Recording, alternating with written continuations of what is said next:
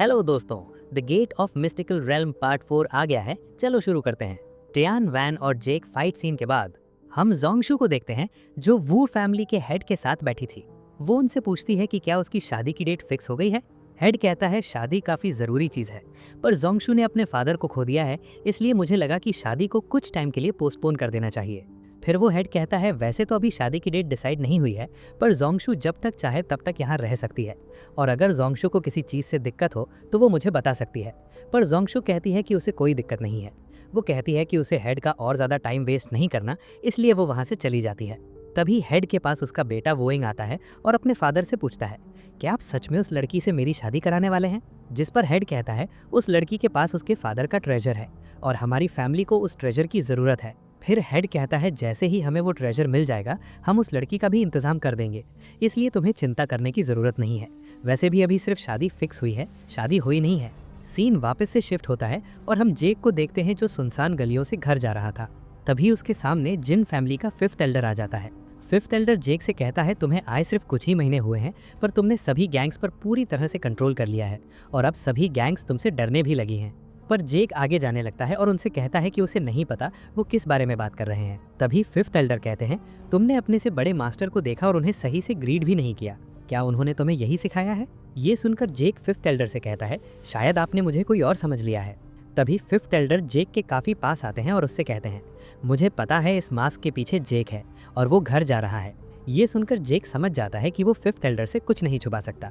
वो मास्क उतारकर 5th Elder से माफी मांगता है कि उसने उनके आते ही उन्हें सही से ग्रीट नहीं किया। 5th एल्डर जेक को चिंता ना करने के लिए कहते हैं क्योंकि उन्होंने उसकी इस आइडेंटिटी के बारे में किसी को नहीं बताया है। अब 5th एल्डर जेक से कहते हैं तुमने सभी गैंग्स को इतने कम टाइम में सुधार कर काफी अच्छा काम किया है। पर जेक कहता है मैंने ये सब सिर्फ पैसा कमाने के लिए किया था। 5th एल्डर कहते हैं पैसा कमाना अच्छी बात है, पर जेक तुम ये सब सिर्फ पैसा कमाने के लिए नहीं कर रहे हो, तुम उस मर्डर को भी इन्वेस्टिगेट कर रहे हो जिसमें तुम्हारा दोस्त और उसकी पूरी फैमिली मारी गई थी। 5th एल्डर बताते हैं कि उन्होंने भी उस मर्डर को काफी ज्यादा इन्वेस्टिगेट किया था, पर उनके हाथ कुछ नहीं लगा, इसलिए उन्हें लगता है कि जिसने भी वो मर्डर किया था वो जरूर कोई पावरफुल मॉन्स्टर रहा होगा, इसलिए जेक को भी संभल कर रहना चाहिए। अब जेक कहता है मुझे पता है आपको मेरी चिंता हो रही है, पर मुझे ऐसा लगता है कि मेरे फादर की डेथ के पीछे भी उसी आदमी का हाथ है, इसलिए मैं उस मर्डर को इन्वेस्टिगेट कर रहा हूँ।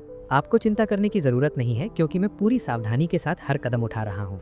जेक की ये बात सुनकर 5th एल्डर समझ जाते हैं कि जेक उनकी किसी बात से नहीं रुकने वाला। फिर भी वो जेक से कहते हैं जो मैंने तुमसे कहा है उसके बारे में जरूर सोचना, अभी काफी लेट हो गया है इसलिए सीधा घर चले जाओ। तभी हम देखते हैं कि कुछ लोग जेक पर नजर रख रहे थे और उसका पीछा कर रहे थे। अगले दिन हम वापस से 5th एल्डर को देखते हैं जो अपने बेटे जिन चिन का कल्टीवेशन करा रहे थे।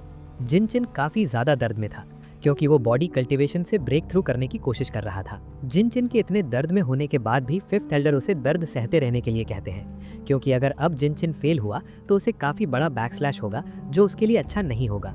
जिन चिन हार नहीं मानता और कोशिश करता रहता है। अंत में वो ब्रेक थ्रू कर भी लेता है, लेकिन अब भी 5th एल्डर उसकी प्रोग्रेस से बहुत ज्यादा खुश नहीं थे, इसलिए वो उसे डांटने लगते हैं। तभी वहाँ एक डिसाइपल आता है जो बताता है कि मास्टर वूइंग मास्टर से मिलने आए हैं। तो 5th एल्डर जिन चिन को जाने के लिए कहते हैं और ट्रेनिंग जारी रखने की हिदायत देते हैं। जिन चिन काफी डांट खाने के बाद वहां से जाने लगता है, पर वो काफी गुस्से में दिख रहा था। इसके बाद हम देखते हैं कि जिन चिन से मिलने वोइंग ही आया था। वो जिन चिन का खराब मूड देखकर उससे पूछता है कि क्या हुआ, जिस पर जिन चिन बताता है आजकल मेरे फादर मुझे जेक के साथ काफी कंपेयर करने लगे हैं। वो हमेशा कहते रहते हैं कि मैं जेक से काफी ज्यादा कमजोर हूँ, अगर मैंने जल्दी प्रोग्रेस नहीं की तो जेक काफी जल्दी मुझसे आगे निकल जाएगा। जिस पर वोइंग कहता है मैंने भी जेक के बारे में काफी कुछ सुना है, पर जेक तो एक बाहर का लड़का है जो बेकार में ही तुम्हारे घर में रह रहा है। अब वोइंग जिन चिन के पास आकर कहता है अगर तुम चाहो तो मैं जेक के साथ डील करने में तुम्हारी मदद कर सकता हूँ। अगर आपको हमारा वीडियो पसंद आया तो हमारे चैनल को सब्सक्राइब करें। मिलते हैं अगले वीडियो में।